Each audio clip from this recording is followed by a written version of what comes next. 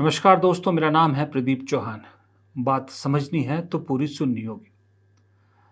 दोस्तों, रायबरेली का एक दलित व्यक्ति हरिओम वाल्मीकि जब अपनी आखिरी सांसें गिन रहा होता है, क्योंकि कुछ दबंग लोग उसकी इतनी पिटाई करते हैं कि उस जान से हाथ धो बैठता है और मरते वक्त अगर वो कह रहा है कि राहुल गांधी मुझे बचाओ, राहुल गांधी मुझे बचाओ, और उसको मारने वाले कह रहे हैं कि हम तो बाबा के लोग हैं, तो ये क्या संदेश देता है?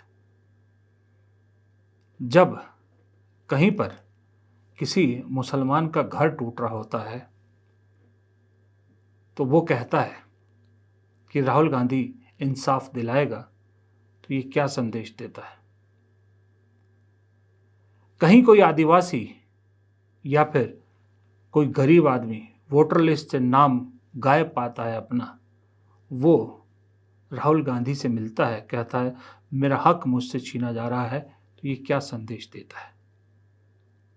ये सब चीज़ें और इस तरह के अनगिनत वाक़यात एक ही संदेश दे रहे हैं कि क्या मुसीबत में, आज की डेट में, अगर इस देश की जनता को कोई याद आ रहा है तो उस शख्स का नाम राहुल गांधी है। क्या हर समस्या के समाधान का नाम लोगों को अब ये लगता है कि राहुल गांधी हो चुका है? क्या अब गरीब, निचले तबके, अल्पसंख्यक, इन सब को उम्मीद अगर किसी चेहरे में दिखती है, वो सिर्फ राहुल गांधी में दिखती है क्या? ये सारे इंसिडेंट्स इशारा तो इसी तरफ करते हैं।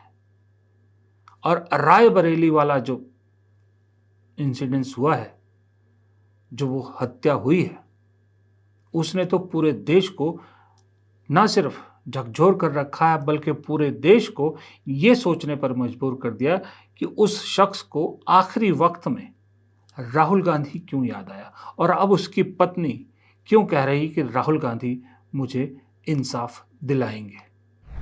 ये सरकार जो चल रही है, जंगल राज वाली सरकार, योगी बाबा की सरकार, मार भी रहे हैं और कह रहे हैं हम बाबा वाले। अब इसी से अंदाजा लगा लीजिए कि कितना अत्याचार अन्याय बढ़ गया इस सरकार में। एक दलित परिवार के बच्चे को, इनका बेटा, देखिए ये बाप किस तरीके से खड़े हैं यार। हरिओम वाल्मीकि की जो मारा, इसकी हत्या की गई है और ये कहकर मारा गया कि हम बाबा वाले लोग। और उस बच्चे ने राहुल जी का नाम लिया, और राहुल जी का नाम लिया तो राहुल जी के एक कांग्रेस का कार्यकर्ता, एक बब्बर शेर इस परिवार के साथ खड़ा है, चट्टान की तरह खड़ा है। हमारे नेता ने रात को इनसे बात भी की, इनके दामाद से बात भी हुई है और पूरी तरीके से आश्वस्त किया है। पूरी कांग्रेस पार्टी इनके साथ खड़ी है, इनको न्याय दिलाएंगे और लड़ेंगे ये अत्याचार अन्याय। और ये बाबा के लोग, जो बाबा के लोग कह रहे हैं कि हम बाबा के लोग हैं, ये पूरे प्रदेश के अंदर गुंडई कर रहे हैं, खुलेआम लोगों की हत्याएं कर रहे हैं, मार रहे हैं। पीड़ितों की ज्यादातर हत्या की जा रही है, उसको लेकर के किस तरीके से देख रहे हैं? क्योंकि चोर समझ करके लोगों को पीटा जा रहा है और इसको भी चोर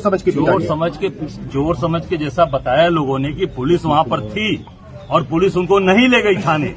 पुलिस को थाने ले जाना चाहिए था। इसका मतलब कि पुलिस ने जानबूझकर छोड़ दिया कि हत्या करो, मरने के लिए छोड़ दिया, ये कह रहे हैं ये लोग। क्या मांग है पीड़ित परिवार की? निश्चित तौर से पीड़ित परिवार की मांग है कि इसमें हत्या का मुकदमा दर्ज किया जाए और उसमें उन सबको कठोर से कठोर कार्रवाई हो और उनके ऊपर जो आज बाबा की जो प्रक्रिया है वो अपना करें और इस परिवार को 1 करोड़ रुपए दिए जाए और एक सरकारी नौकरी दी जाए। क्या कर रही है? निश्चित तौर से हम सब लोग आर्थिक मदद किए हैं और भी करेंगे, पूरा सहयोग करेंगे।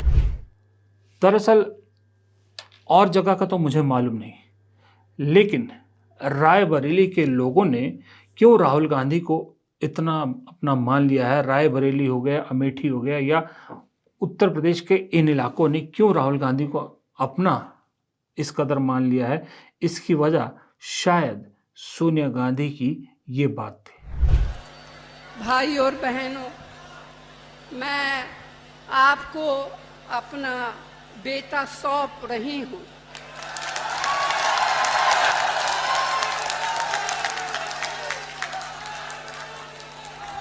अपना बेटा सौंप रही हूँ, जैसे आपने मुझे अपना माना, वैसे ही राहुल को अपना मान कर रखना है। ये राहुल आपको निराश नहीं करेगी।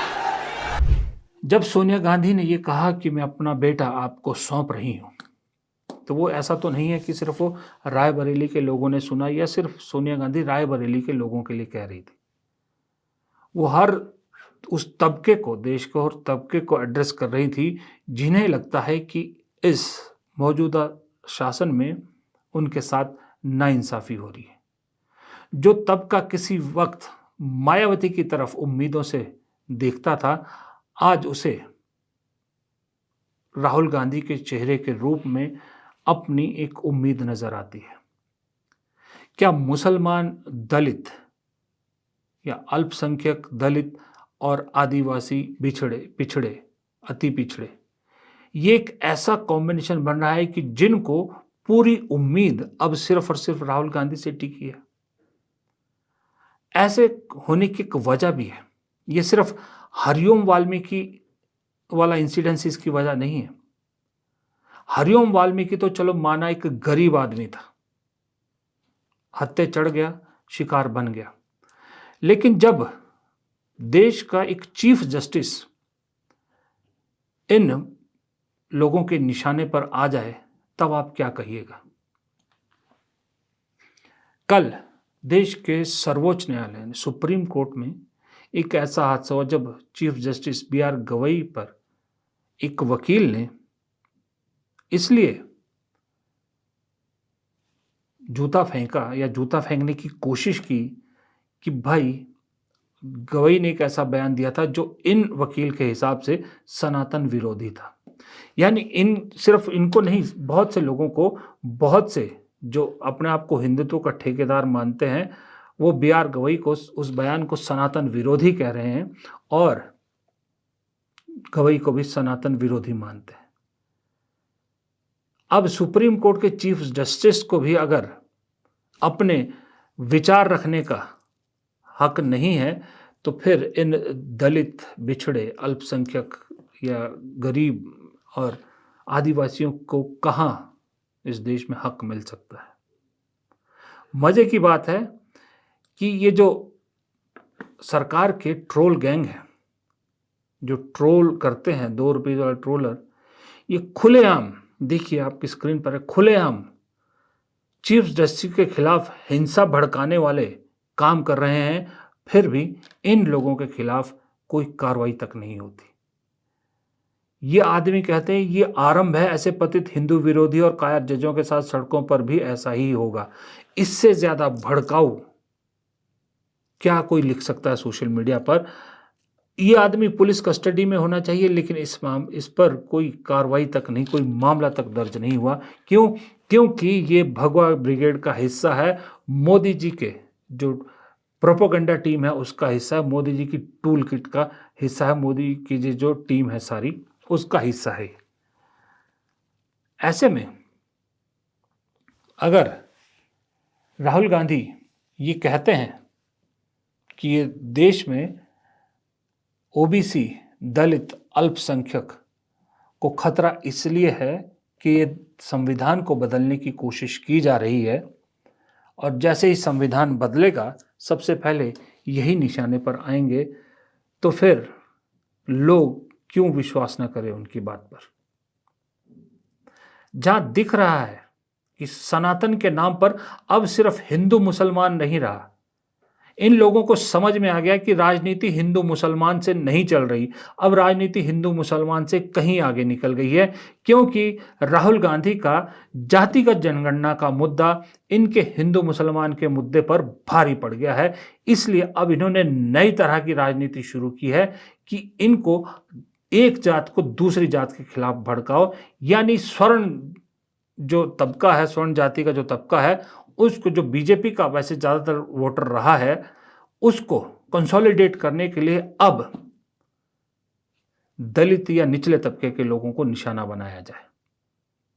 आज आप सोशल मीडिया पे कहीं देख लीजिए, हिंदू मुसलमान जितना हो रहा उससे कहीं ज़्यादा आपको सनातन के नाम पर अगड़ी और पिछड़ी जातियों की जंग दिखेगी और लोग खुलेआम भड़का भी रहे हैं और उन पर कोई कार्रवाई नहीं हो रही। अगर किसी कांग्रेस के आदमी ने ये अजीत भारती जैसा बयान लिखा होता, ये कुछ कहा होता, तो इस वक्त उस आदमी पर कम से कम 2 दर्जन एफआईआर दर्ज हो चुकी होती। राहुल गांधी बिहार में यात्रा कर रहे थे, उनके जाने के बाद उनके मंच से किसी सिरफिरे ने मोदी जी को गाली दी तो उसके खिलाफ बनारस में राहुल गांधी और सोनिया गांधी के खिलाफ एफआईआर दर्ज की जा रही है। तो सोचिए, ये अजीत भारती जो चीफ जस्टिस के खिलाफ खुलेआम भड़का रहे हैं, ये मैंने एक दिखाया, ऐसे सैकड़ों हैं, सैकड़ों नहीं हजारों हैं। लाइन लगी है जिन्होंने उसको सही कहा, उस कृत्य को सही किया जिसने चीफ जस्टिस पर हमला किया और चीफ जस्टिस के खिलाफ उल्टा सीधा लिखा, लेकिन कोई कार्रवाई नहीं, कोई कुछ नहीं। सोनम वांगचुक, उनके बारे में क्या कुछ नहीं लिखा जा रहा। अब तो आलम यह है कि उनका केस लड़ने वाले कपिल सिब्बल और विवेक तनखिया, इनको लेकर भी बहुत कुछ लिखा जा रहा है और इनकी आड़ में कांग्रेस को लपेटा जा रहा है कि कांग्रेस स्पॉन्सर्ड था वो लेह में जो कुछ भी हुआ। यानी इस देश में जो सरकार से सवाल पूछे, पहले तो वो देशद्रोही था, अब देशद्रोही से ज्यादा सनातन विरोधी हो गया है, सनातन का दुश्मन हो गया है। और जहां देखिए रोज आपको दिख रहे हैं कि जहां कोई लेना देना नहीं है, जहां संघ के लोग फटक नहीं सकते थे, आज वहां संघ के लोग परेड करते नजर आ रहे हैं, चाहे वो जेएनयू हो, चाहे वो जामिया मिलिया इस्लामिया हो या और बहुत सारे संस्थान हो। खुलेआम छूट एक तरह से ऐसा लग रहा है कि दे दी गई है कि जो करना है करो, हम हैं। वरना एक दलित जब चीख रहा राहुल गांधी का नाम और उसको जवाब मिल रहा है कि हम तो बाबा के लोग हैं, ये पहले पॉसिबल था? नहीं था। ये संघ का 100वां साल क्या शुरू हुआ और मोदी जी की 75 साल की रिटायरमेंट के सवाल क्या शुरू हुए। एक ऐसा लग रहा है जैसे मोदी जी जो ट्रेनों को हरी झंडी दिखाते हैं, इनको भी हरी झंडी दिखा दी है कि खुले सांड बन जाओ, जो करना है करो, लेकिन सत्ता हाथ से नहीं जानी चाहिए। हिंदू मुसलमान पिछड़ गया है। अब ये जो राहुल गांधी का जातीय जनगणना वाला मुद्दा है, इसी को तोड़ो, क्योंकि अगर राहुल गांधी जातीय जनगणना के आधार पर इन निचली जातियों को आरक्षण बढ़वाने में कामयाब हो जाते हैं तो इसका नुकसान किसको होगा? इसका सबसे ज़्यादा नुकसान होगा स्वर्ण जाति को, और स्वर्णों को भड़काने के लिए इतना काफ़ी है। हालांकि मैं भी उसी स्वर्ण जाति से आता हूँ, अगड़ी जाति से आता हूँ, लेकिन इनकी चाल में आने वाले बहुत से लोग हैं और ये जब भड़काएंगे तो वो ऐसी आग भड़काएंगे कि आपस में ही गली मोहल्ले गांव में ऐसा माहौल बन जाएगा कि हम और आप शायद उसकी कल्पना भी नहीं कर सकते। वजह सिर्फ इतनी कि राहुल गांधी के मुद्दे के जवाब में कोई मुद्दा नहीं मिल पा रहा है। हिंदू मुसलमान पॉलिटिक्स फेल कर दिया उस मुद्दे ने। लेकिन इन लोगों को इतना नहीं मालूम, सनातन के ठेकेदार बनते हैं। जब सनातन के ठेकेदार एक दूसरे को ही इस तरह से निशाना बनाएंगे तो हंसेगा कौन इस पर? हंसेंगे बाहर बैठे लोग। इतना दिमाग इनका नहीं है। वो इसलिए नहीं है क्योंकि दिमाग में गोबर भर दिया है और उसी गोबर के सहारे अब गोबर जैसी हरकतें यहाँ हो रही है। नमस्कार।